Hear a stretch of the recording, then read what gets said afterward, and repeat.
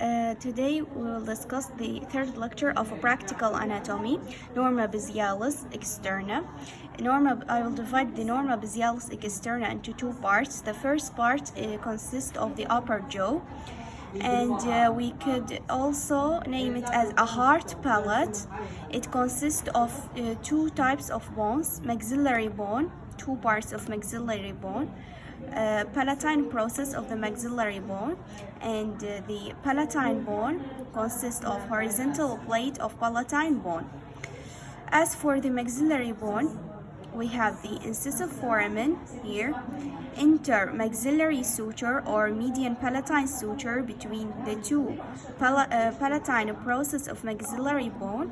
We have the alveolar processes, and at the end of the alveolar processes, the last molar tooth, at the end of it, we have the maxillary tuberosity.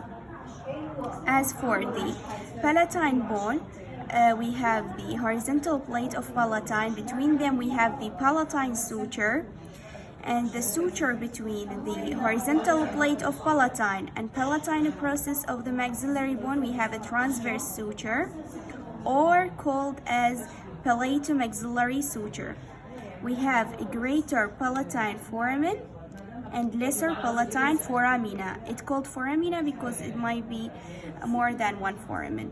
And we have the nasal palatine border, and it will end by posterior nasal spine, and this is a posterior nasal border. And the other part, we have the zygomatic bone, vomer bone, sphenoid bone, a temporal bone, in addition to the occipital bone. As for the vomer bone, it's a triangular shaped bone. From the anterior, it's connected just from its basal part, and from the posterior, it's connected from its upper and basal part. That's the vomer bone. And if the pointer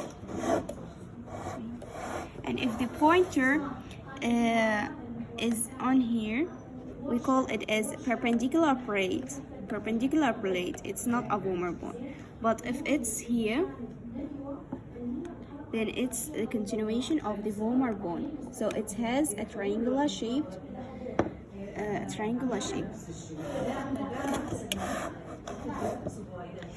As for the sphenoid bone has three parts: pterygoid part, body of a sphenoid, and the greater wings of the sphenoid.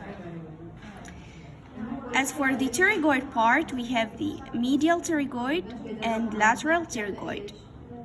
At the end of the medial pterygoid, from the upper part, we have a hook-like structure called as hamulus, called as hamulus. And at the end of it, we have a scaphoid fossa. Between the two pterygoids, we have a pterygoid fossa. This is the pterygoid fossa. And on the greater wing of a sphenoid, this part, we have the infratemporal fossa, and this crest, this line, called as infratemporal crest. As for the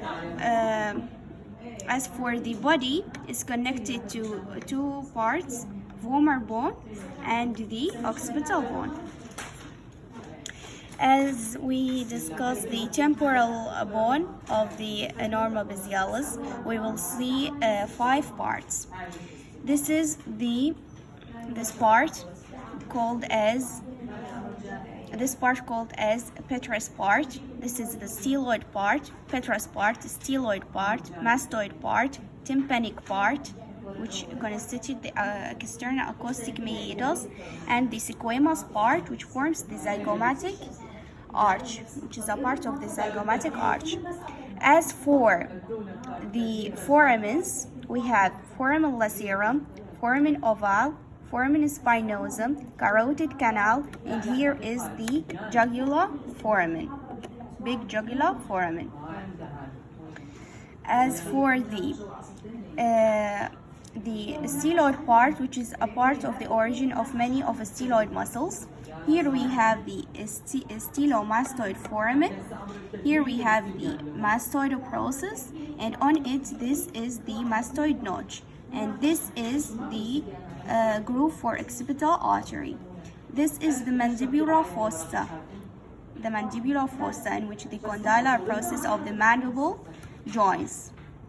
As for the occipital bone, also consists of three parts: the basilar part, the condylar part, and the squamous part. As for the basilar part, we have the pharyngeal tubercle on it. As for the condylar part, has the condylar processes, which will connect it to the atlas bone, the first cervical vertebra. And we have the posterior condylar foramens, and here is the anterior condylar foramen, or called as hypoglossal foramen. This foramen. We have the foramen magna, and on the squamous part we discussed in a previous lecture external occipital protuberance and the nuchal lines.